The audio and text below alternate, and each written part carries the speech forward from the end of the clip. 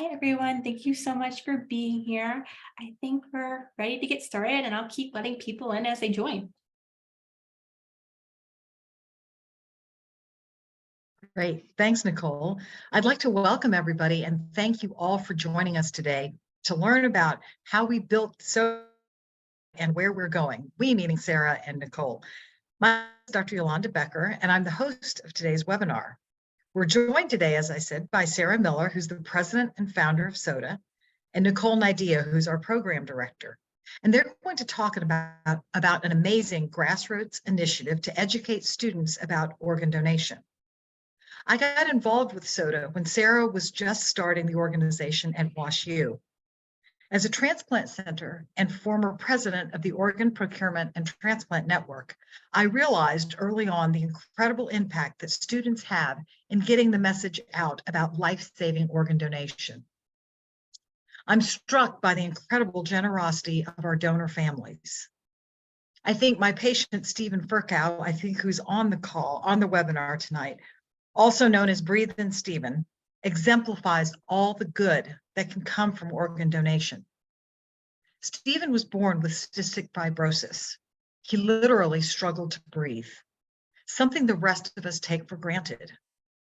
When he met and then married his lovely wife, Laura Eikens, she had to perform chest therapy multiple times daily to help him breathe, literally causing broken ribs. In 2000, he received a call that a double lung transplant was available. A 17-year-old honors student and star volleyball player had died in a tragic accident. Her parents honored their daughter's wish to be an organ donor. Stephen had lived 40 years without once being able to breathe deeply. Fast forward 23 years later, and Stephen is the embodiment of joy. He honors his lung donor, Carrie Westberg, by hustling up the Hancock or running the Soldier Field stairs once a year to raise money for the Respiratory Health Association. Carrie's climbers have raised well into the six figures for this meaningful event. Carrie's former volleyball teammates often join in the climb. And when Stephen's kidneys began to fail from the years of medication, Carrie's teammate, Alex Engelhardt, stepped up as a living donor and donated her left kidney to Stephen. Alex subsequently became the mother of twins. In Stephen's words, organ donation is so much more than simply saving a life. It's about love and about caring for people. It's about realizing just how truly good people can be in this world.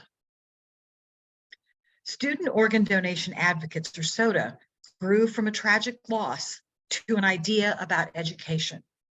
Sarah's sister, Laura, suddenly passed away in 2009.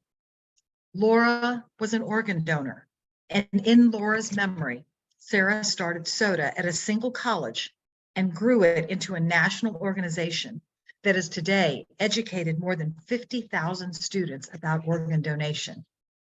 I'm very excited to introduce and interview Sarah and Nicole to let the audience know how this amazing organization was put together.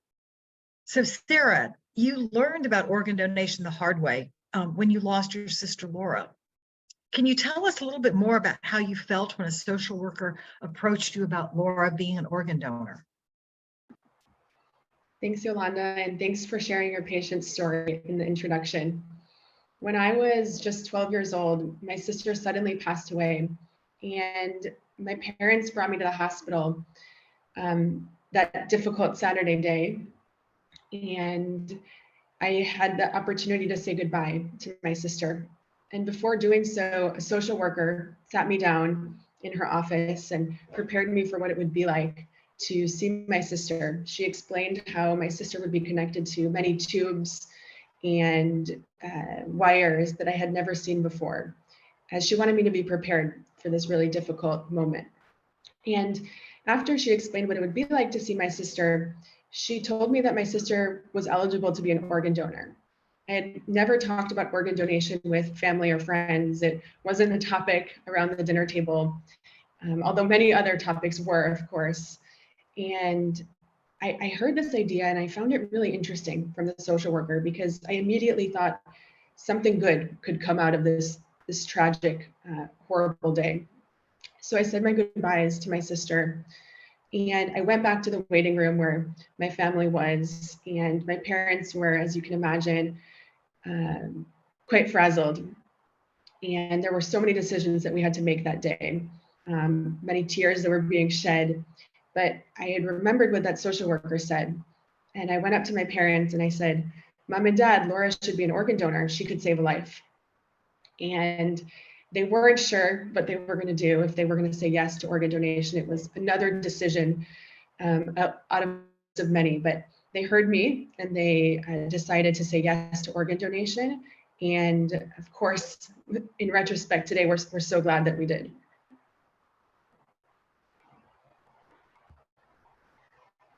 So that must obviously been a very difficult day for you and your family, all your loved ones.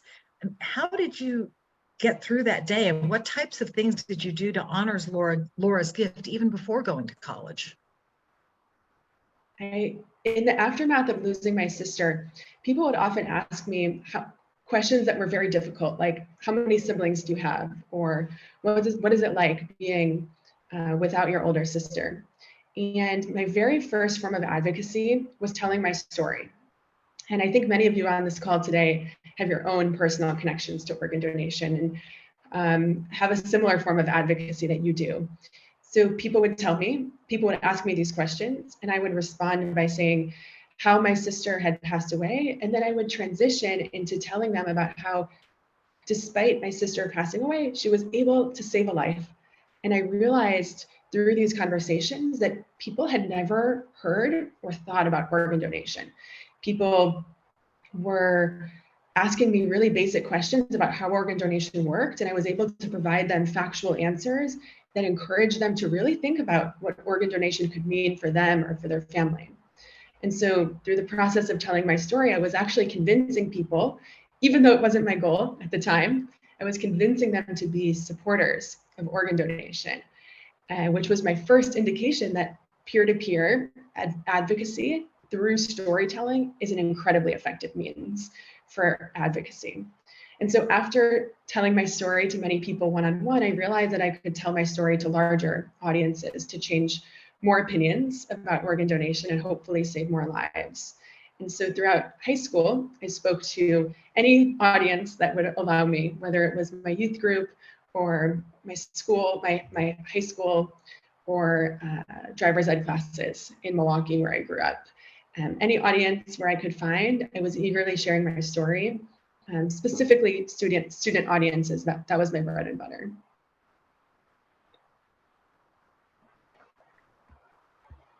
You must have been just an amazingly powerful young woman now, and your family must have been so incredibly proud of watching you spread the message that your sister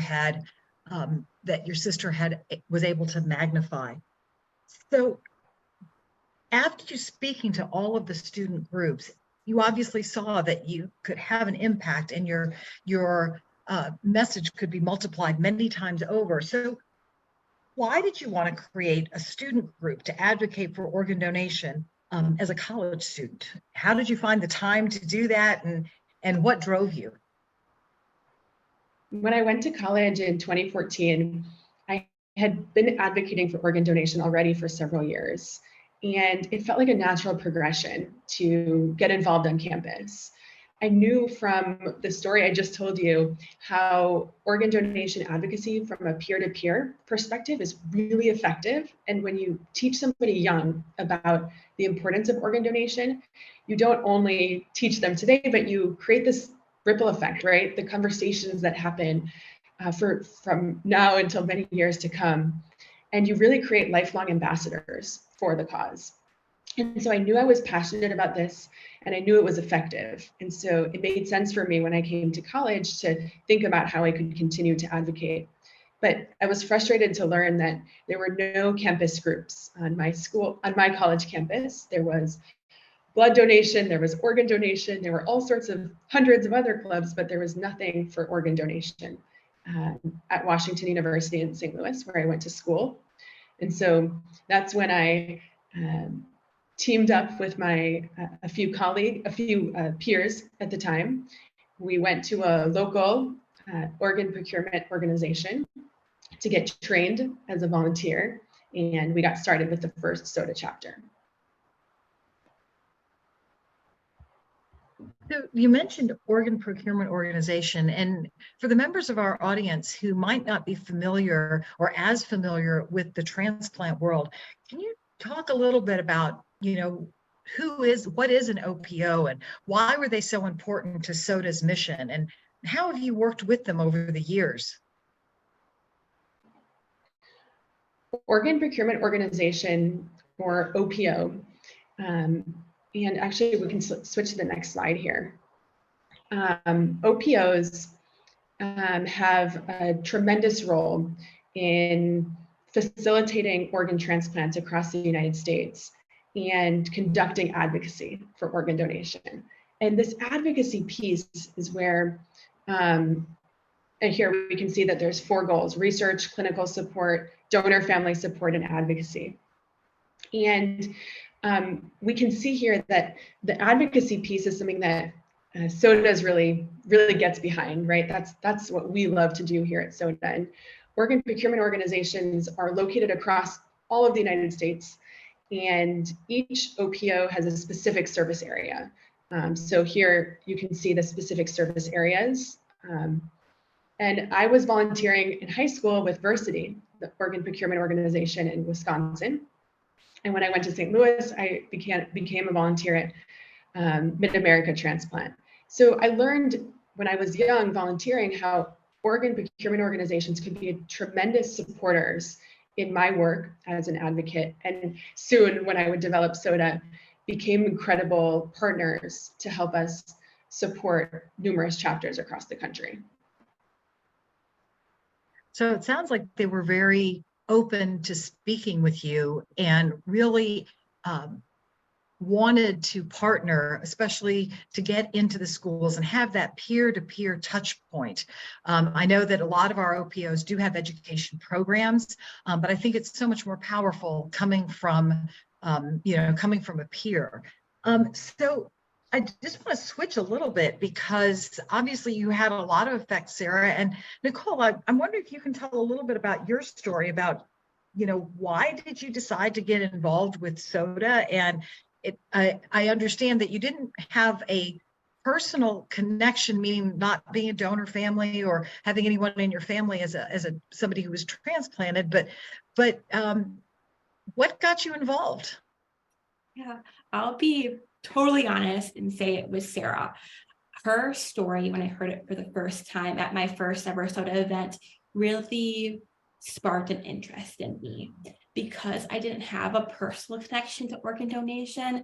I didn't know much about it. I knew that it was important for those who need a life-saving transplant, but I had never heard how healing and important it could be for grieving donor families.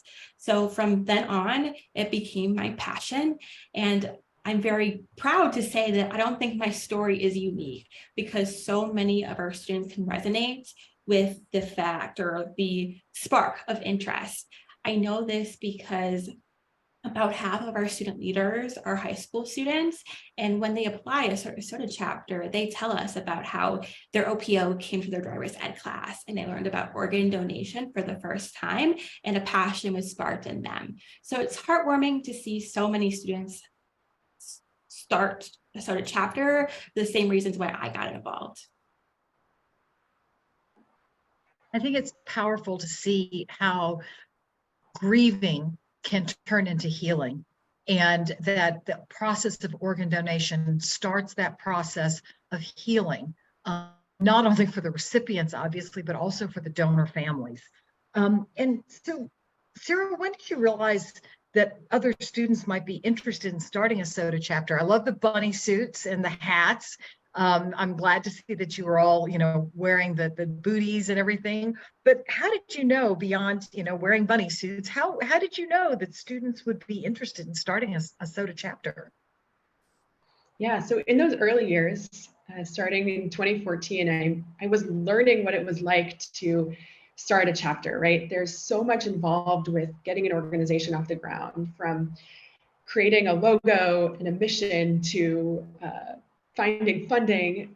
There's just a lot you have to do administratively. And I realized through this process that other students who want to get involved in organ donation shouldn't need to go through the same process, right? I had been through it. I had found the logo. I had created the mission. Why should someone else who wants to get involved have to do that same amount of work?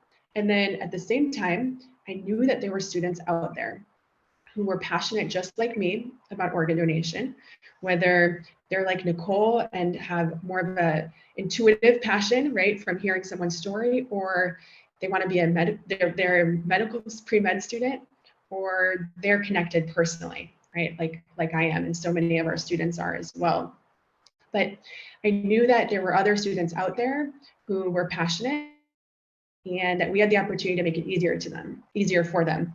At the same time, we got inquiries from other students at other campuses who said, can I do this at my campus?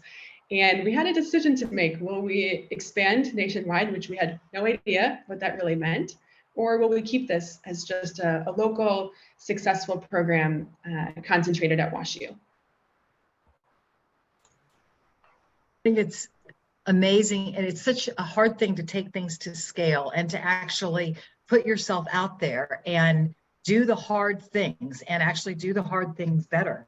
So what lessons did you learn when SOTA became national, and when it was established, and when all these new SOTA chapters began forming, and all of a sudden you were seeing this expansion across the country?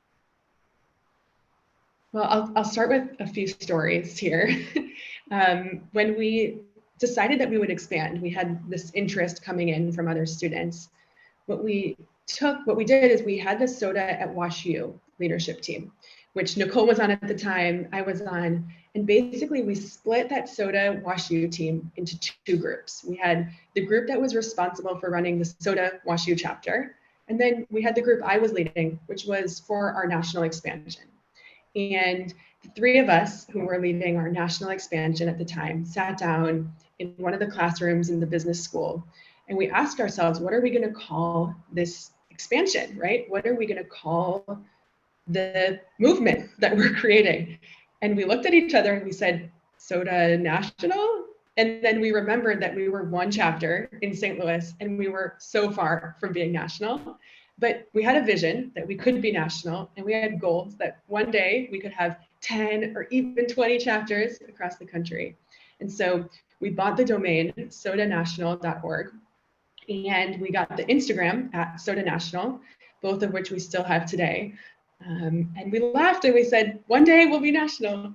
So I think the first lesson is dream big, right? And it all starts with a vision. And then the other story I'll share is we started to expand after we bought this domain, right, in 2017 or 2018. And at the time, after I graduated college, I was working at Mount Sinai Health System in New York City. Outside of SOTA, my career is in healthcare management. And I was working as a process improvement analyst, so I was working full time, and I was getting tons of emails about managing SOTA on a day-to-day basis, whether it was students who wanted to get funding for an event, or OPOs who were eager to turn their student engagement into something more meaningful. And I was really struggling to balance a full-time job with the responsibilities of a growing national nonprofit. And it was a challenge for me to convince other people that we really need to scale this, and in order to scale this in terms of impact, we need to have the right staffing behind the scenes. And so that began my journey to convincing others, many of which are on the call today, that this effort deserves real, robust funding and support, which will allow us to hire a staff person, which of course became Nicole, And that by hiring somebody full-time, we're going to be able to bring this work to another level. And like I said, people were telling me, but you're doing a good job and it's affordable the way you're doing it today. But I had to convince people that with full-time staff, we'll be able to really bring this work to the next level and achieve a more national scale and much wider impact. Right, so definitely thinking. And Nicole, I was just curious, what is it like being the SOTA's first ever full-time employee, and kind of what made you take that leap of faith to go into the nonprofit world? Yeah, so it's always been such an exciting thing to be SOTA's first ever full-time employee. But before I was SOTA's first full-time employee, I was actually a volunteer for the organization. And the reason why I wanted to volunteer for SOTA National after being a SOTA chapter leader was because I started a career in nonprofits. I was working as a fundraising coordinator at a small nonprofit here in St. Louis right after I graduated, and I saw so much overlap in that role with what I did at SOTA as a chapter leader. I actually remember sitting in my first ever staff meeting on my first ever day of my first ever full-time job, and I remember thinking, oh my goodness, this staff meeting is exactly like the meetings we used to have as chapter leaders at SOTA at WashU. And so when I was lucky enough that that first full-time job invested in me and enrolled me in a 5-day workshop all about fundraising, and that really sparked an interest in me for fundraising. But I was in a coordinator level role at this nonprofit. I was just entry level, so I didn't have much room to be a leader there. But I remembered SOTA National, and I knew that Sarah must need help because we were a small new nonprofit at that time. And so I reached out to her and I asked if I could help her with fundraising. So I became a fundraising volunteer. And her and I worked together to completely build a fundraising program from the bottom up. And we fundraised enough to hire our first full-time staff. And I wanted to be that first full-time staff because I was doing such important work as a volunteer, but I knew that impact could be increased if I had 40 hours a week to dedicate to SOTA. So I was so flattered when Sarah told me that she also wanted me to be the first full-time staff member. And it's been so nice to be in this role because it's given me opportunities to do new things like build community partnerships and focus on programming and meet our new generation of wonderful student advocates. That's really amazing how you guys brought the process improvement world and the nonprofit world together in such a synergistic way. And obviously it's really leading to success, that your work is energizing, it has meaning, it brings you meaning and so many others around you. So I want really for everybody to learn a little bit more about SOTA's students today. And how do students get involved? I mean, what kind of students are involved in SOTA, and how are you going to expand this? Yeah, so typically there are two types of students that come to us expressing interest in starting a SOTA chapter. That first group of students is our students who are have a personal connection to organ donation. So they might be a transplant recipient, they might be a donor family, they might have a loved one waiting for a transplant, or they might be a caregiver for somebody who's received a transplant. And I have a picture on the screen here of SOTA at George Mason University. And Maddie, who's on the left side of that picture, she's a transplant recipient who founded this chapter. And it's always extra special to have a student who comes through our door who wants to give back in this way after they've experienced the power of organ donation. In addition to students who have a personal connection to organ donation, we see a lot of students who want to pursue a career in medicine. So I have a picture at the bottom of SOTA at Chelsea High School. And SOTA at Chelsea High School partners with their school's hosted chapter to promote organ donation on campus. And HOSA is a national organization, kind of like SOTA, that has chapters, but their mission is to prepare students for healthcare careers. So it's not only SOTA at Chelsea High School that partners with their HOSA chapter on their high school campus. A lot of our SOTA chapters do. Or if they're at the college level, they go on to be nurses or start medical school. So I think that's truly proof of all the students who want to work in medicine that are in our student group. Great. So once they get involved and they get in contact with you, what is it that they do and how do you support them? So, I want to show this chapter map here of all of our chapters. We have 56 today, but all of these 56 chapters, they host their own programming, but we give them the guidelines of focusing on education and registration. So for their education efforts, they should be telling people about the importance of organ, eye, and tissue donation. And examples of education might be posting on social media with organ donation facts, or it might look like hosting an event with a speaker who's a transplant recipient that might share their story. The other pillar of registration means that they're registering people on campus to be organ, eye, and tissue donors. Typically, that looks like a registration drive or registration table on campus somewhere busy.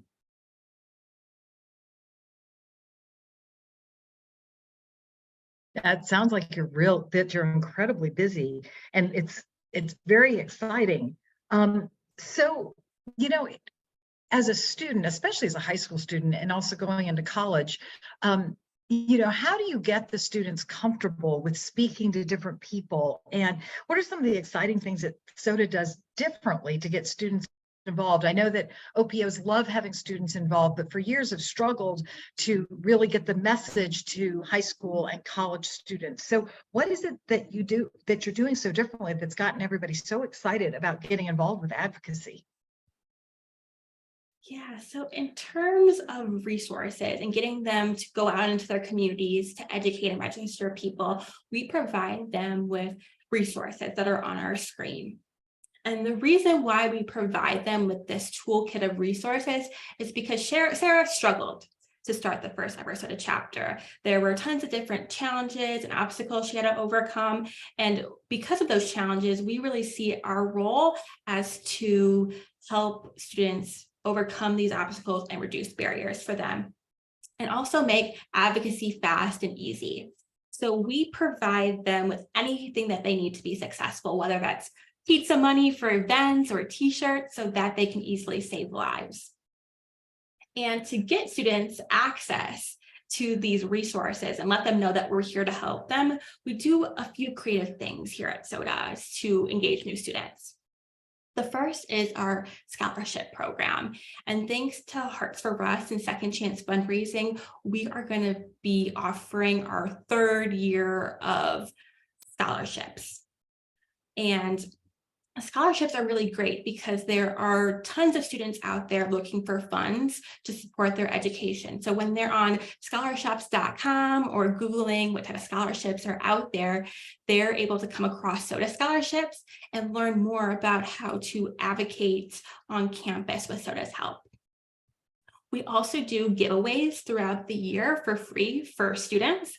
And the most recent giveaway that we did were graduation honor cords. So like those little cords that graduates wear around their neck, we gave away free blue and green ones so that organ donation could be a part of their big day. And the reason, or the biggest reason why SOTA does these types of giveaways is because it allows us to get connected with students and collect their information, so like their email address and their phone number, so that we can reach out later and tell them more about SOTA, encourage them to get involved with organ donation advocacy. Another thing that we do and invest a lot of time in is SEO, which stands for Search Engine Optimization. And what SEO does is it helps SOTA be at the top of any Google results. So if a student searches organ donation advocacy or organ donation high school, they can really quickly and easily find us and get the tools they need to start their own advocacy. And the way we implement SEO is by having a robust website with new blogs that come out about every 2 weeks or so. So those are some of the ways that we get new students involved with SOTA.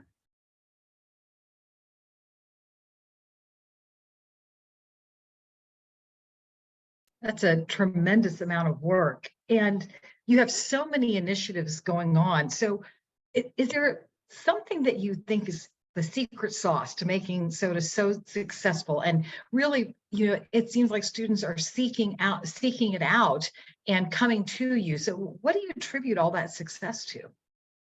Yeah, I'm so glad you asked this because we actually have an internal training video where I describe some of the reasons why I think SOTA has been so successful, but we've never shared these reasons publicly. So the audience is truly getting a behind the scenes look.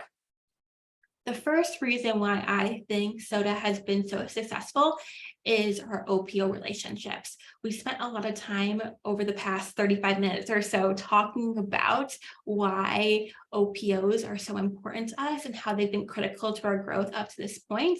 And it's a really special partnership because it's mutually beneficial.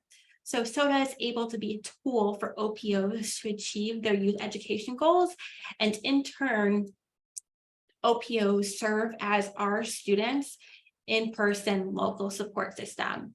I'm in St. Louis, like I've mentioned, and so does other full-time staff member, Sophia. She's based in New Orleans. We work remotely, so we're not able to be everywhere for our students in person. And we also don't know these local organ donation communities as well as our OPO partners. But because our OPO partners are organ donation experts, they're able to provide the students with organ donation education, connect them to local speakers who might be transplant recipients, and they're able to invite them to local organ donation events. I also think that our focused mission has been really critical to our success. And we know we're really great at supporting high school, college, and graduate school students here in the US and their advocacy. We've had exciting offers in the past to do things like start middle school chapters or start chapters in Canada. And these offers are really sexy. We want to say yes to them, but we realize that saying yes to everything can detract from the resources that we're able to provide our students. So for example, we were to say yes to middle school chapters, we would have to spend a lot of time creating new resources for a younger audience. Or if we said yes to international chapters, we would have to spend time learning a new organ donation system. And that would take away from our students and what we do best. And last, but definitely not least, one of the reasons why I think SOTA has been so successful over time has been technology. We definitely invest in technology here at SOTA. And I just mentioned SEO, which is technology, but there are two other tools that we use that lead to our success, and that is HubSpot and Zapier. HubSpot is a CRM, which stands for Customer Relationship Manager, and it's a database where we store all of our students' information. So their email addresses, their phone numbers, their mailing address, all of the communications we've had with them ever.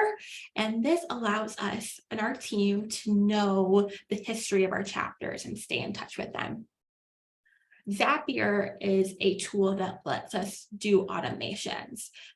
So it allows our softwares to talk to each other and do simple tasks automatically versus manually by our team. And you all have actually experienced one of our automations. When you RSVP'd on our website and submitted the RSVP form, you automatically got an email with the Zoom link. And I did not send you that email personally, that was automatically sent to you. So it's an example of how we're using technology to keep our team lean and efficient while being able to devote our attention to the big things related to our students. I think it's really amazing how you and Sarah and the entirety of SOTA National has really leveraged the current tools and worked together, staying really laser focused on the mission. It's so easy when the initiative is so impactful, to have mission creep. So the fact that you've stayed so focused on what you're doing and really maximizing the impact that you have and doing what you do best is, I think, really, it's a testament to how important the work is and in what you're doing. So what do you see as the future for SOTA? I mean, clearly you have an amazing base. It is unbelievable how quickly this has grown since Sarah started this. So what's in the future? What are the goals? Yeah, we're really excited for this future here at SOTA because we have grown a lot since the first ever SOTA chapter in 2014. And right now we have over 50 chapters, but we want to double and have 100 chapters by the end of 2025. And there's going to be a few things that we do to get there. And so I want to tell you about a few of those initiatives right now. The first initiative that I want to tell you about is our campus challenge. And this will be a healthy competition between new and existing high school, college, and graduate school advocates to boost education and registration efforts. And I want to give a shout out to our amazing campus challenge committee who's helping us plan this right now so that we can launch it in the fall. In the fall, we'll also be launching new courses for our students. So our courses will be on-demand videos for our students so that they can learn how to save lives more effectively. And I think that these videos are going to be really well received by our students because we know that they love short form videos. They're always on Instagram Reels or TikToks watching videos just like this. And these two initiatives fall under our strategy pillar of providing best-in-class student support.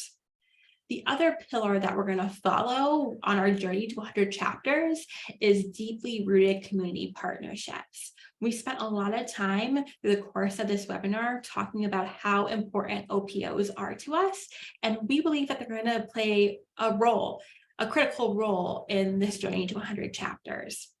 We're also looking forward to maintaining and building relationships with other organizations in this space as we get to 100 chapters by the end of 2025.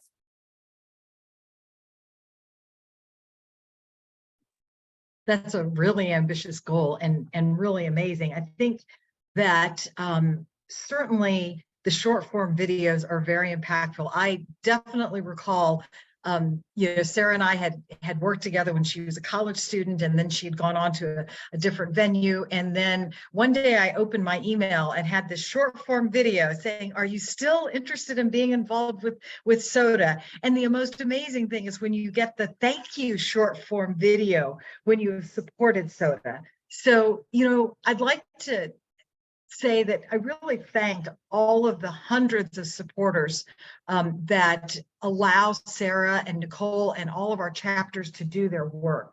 They would not be possible, clearly, without these financial donors. And of course, at the end of the webinar, we want to support this amazing work. And so being a monthly partner with SOTA is really the best way to help. And the monthly giving community is called Lifesavers. If I were really smart, I would have had a little Lifesavers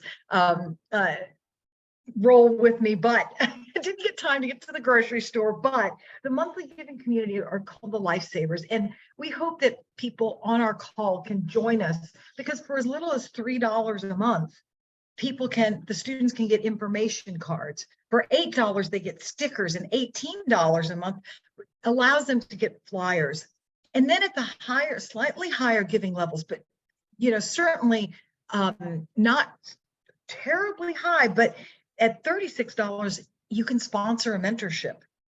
And event grants are given at the $50 level, and then t-shirts as well. And as you heard earlier, that SOTA provides scholarships. What a meaningful way to amplify the message.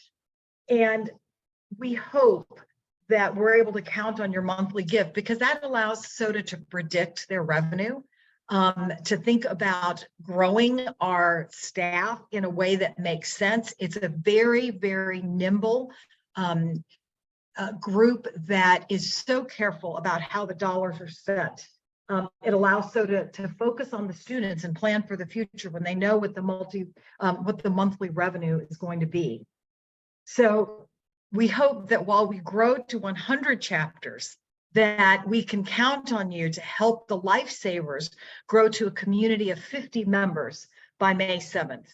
I'm a Lifesaver, and I'm proud to have been associated with SOTA since the very beginning. And Sarah and Nicole promised me that if you join by Friday, you can receive a mystery gift. And with that, we'll open for questions or any comments that the audience might have.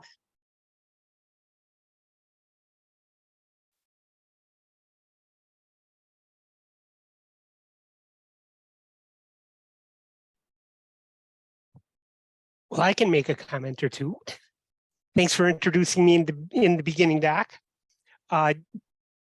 You guys are amazing. My Alex, my kidney, is also on the call. I'm sorry about your loss, Sarah. I can't imagine the people who Laura has helped, people like me.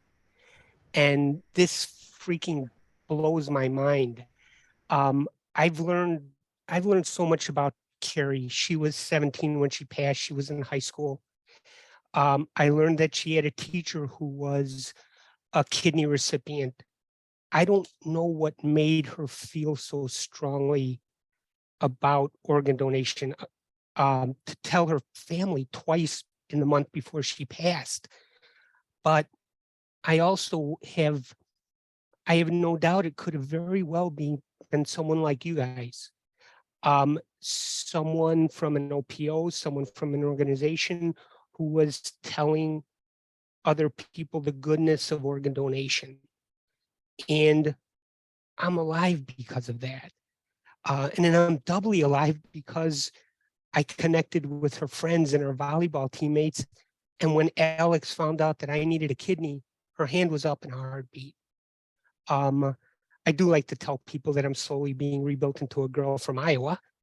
But what you guys are doing is awesome, and I will reach out and I will try to get involved as well. Beyond being a donor and stuff. Thank you, Steve. It has been my distinct pleasure to be a transplant surgeon and to help donor families and as well as recipients. It is, I tell people that I am so lucky to be able to interact with people such as Stephen and Alex and Sarah and Nicole. I mean, what an incredible privilege over the years to be involved in all things for organ donation. It is the gift of life, and there is nothing else like it. It is really amazing to watch the organs become reperfused and go from kind of a grayish color, and then they get kind of blue, and then they turn pink. It really is amazing, and it is the gift of life. Hi, Yolanda. Could I speak a few minutes? Please, of course. For a few seconds. My name is Barbara Pippinger, and I've listened to all of these wonderful stories about young people. I'm not a young person anymore. I'm 81 years old. I am a heart transplant recipient, and it has been for 16 and a half years. And I am extremely lucky. I hope to make my 82nd birthday. But I was first introduced to SOTA. I have no idea how. They were having their first meeting, and I got an invite to it. I don't know who sent it, but I got it. And I went on Zoom and listened. I am a volunteer for Life Alliance and Donate Life, have been for 13 years. And I'm an advocate of young people. I feel that young people are our future. They're the ones that are going to make the difference in our lives. And I have been to kindergartens. I have been to school, all types, from the littlest to the biggest of teenagers, and spoke to them about organ donation. It is something that is very important to everybody. They don't understand it, but if you teach them young, their little minds are like sponges. It's absorbed, and as they grow, it spreads with them. Um, but that is my part of life now, is to speak to the young people and get it spread. And anyway, I connected with Nicole, and I find her a very bright young woman working for organ donation. And I've tried to stay in touch and do what I can to help. Um, and I just want to say that the whole SOTA organization now is growing. I've watched it grow. And I just become a member of an organization called Ladies of Life or something like that, because I studied them for 2 years and found out that SOTA was they donated money to SOTA. And so did FOTA. I live in Hollywood, Florida. But I just want to thank all of the young people that are out there. And I just couldn't keep my mouth shut any longer. I'm sorry if I looked a little upset, but I was listening to Sarah, and I understand what she's going through. I was a mentor for 14 years for people waiting for a transplant. And I didn't just work with the patients, I worked with the whole families and got to know them and understand what they were going through, which is very important in this process of life. I call it that.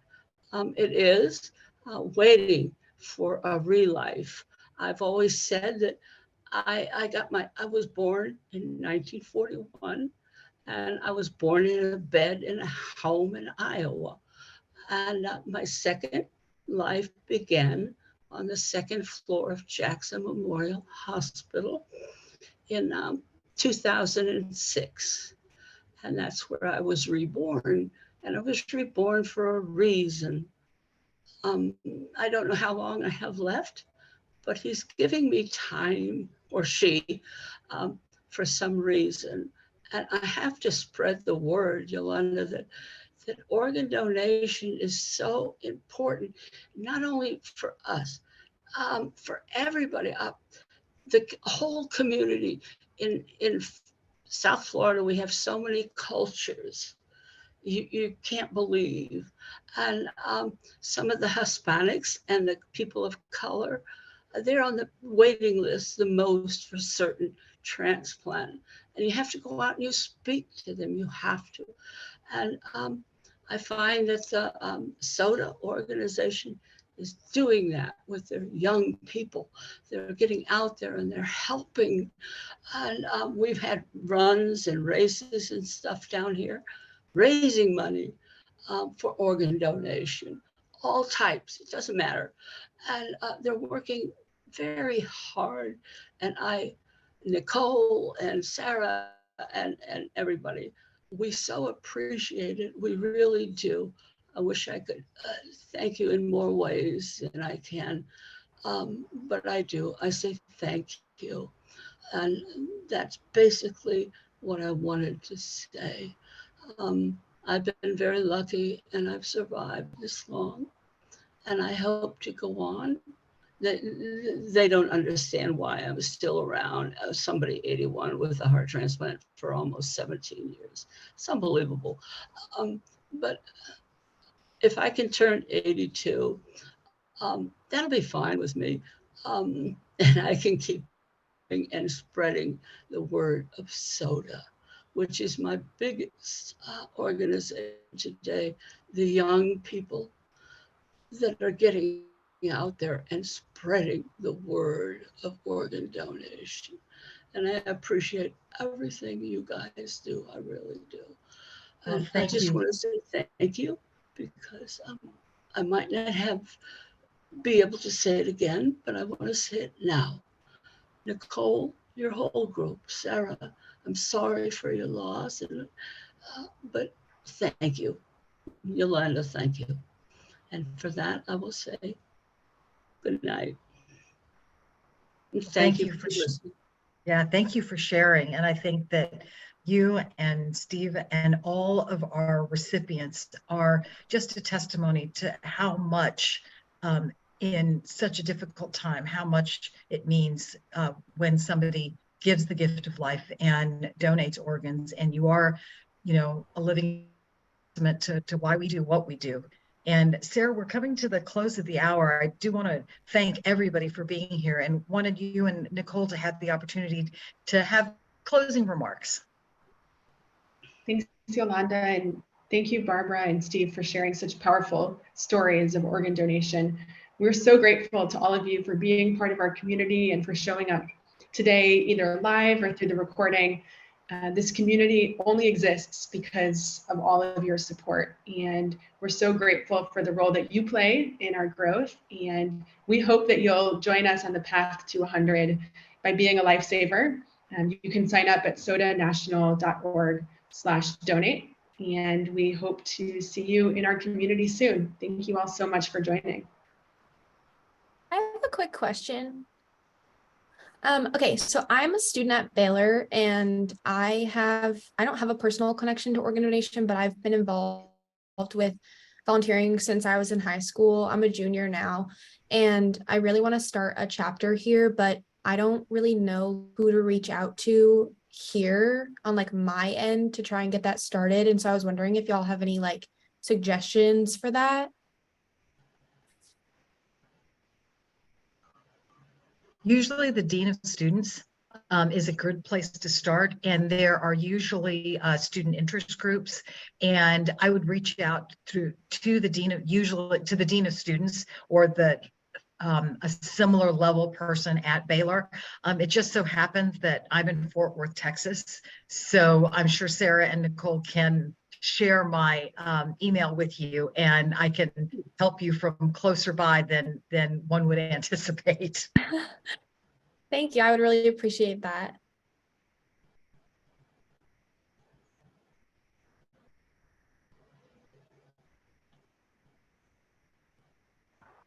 Wonderful. Well, that's up our program today. Thank you all so much for joining, and we look forward to talking soon.